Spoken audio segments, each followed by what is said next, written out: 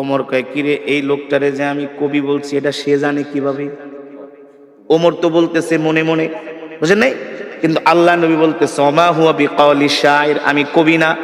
ওমা হুয়া বিকাউলি শাইরিন কলিলাম মা তুমিনুন, তোমরা অল্প মানুষই বোঝো যে আমি কবি না, আমি হলাম আল্লাহর নবী। যদি তোমাদের ঈমান থাকে আর তোমরা অল্প মানুষই ঈমান গ্রহণ করবে, ঠিক কিনা বলেন?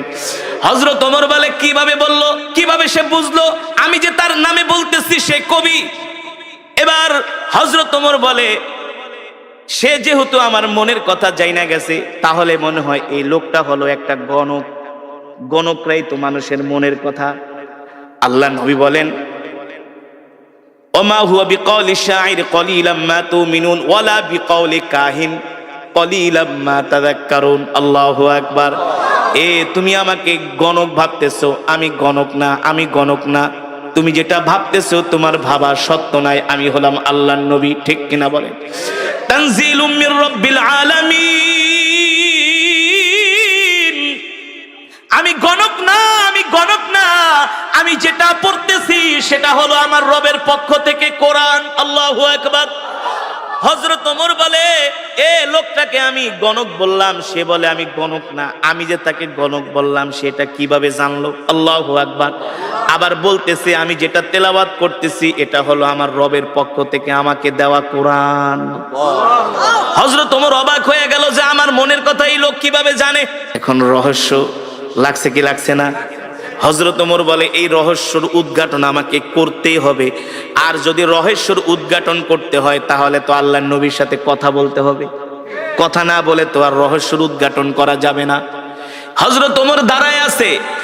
আল্লাহর নবী যখন নামাজ শেষ করলেন, আল্লাহর নবী তার হুজরার দিকে যাবেন, হযরত ওমর যায়া তার পথ রোধ করলেন, বললেন, ইয়া মুহাম্মদ কিফ, ও মুহাম্মদ দাঁড়ান, আপনার সাথে আমার কিছু কথা আছে। আল্লাহর নবী বলে, ইমশি মাই, চলেন আমার সাথে, আমার বাড়িতে যেয়ে কথা বলবো। আল্লাহর নবী হযরত ওমরকে নিয়ে বাড়িতে চলে গেলেন। সুবহানাল্লাহ বলে।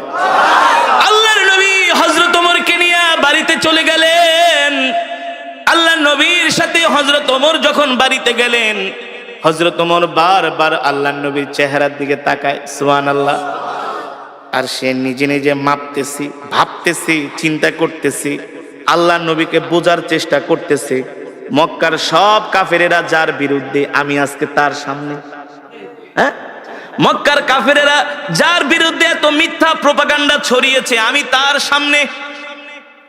কিন্তু তার চেহারা দেখলে মনে হয় সে হলো পৃথিবীর সবচেয়ে ভালো মানুষ। তার সাথে কথা বললে মনে হয় তার মতো এত সুন্দর আখলাকওয়ালা, ব্যবহারওয়ালা মানুষ মক্কার জমিনে একজনও নাই। জোরে বলেন আল্লাহু আকবার। আরে জোরে বলুন আল্লাহু আকবার।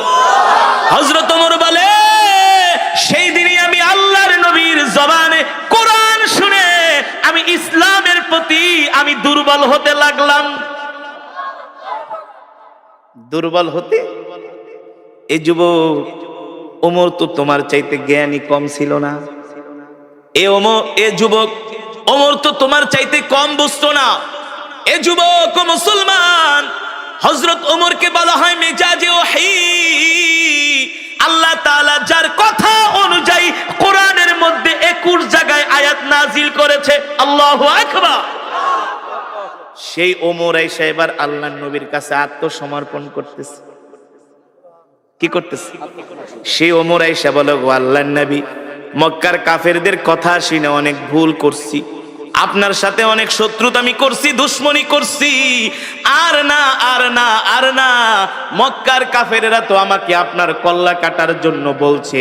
আপনার কল্লা তো দূরের কথা, আমি ওমরের কল্লাটা আপনার কাছে জান্নাতের বিনিময়ে বিক্রি করে দিলাম।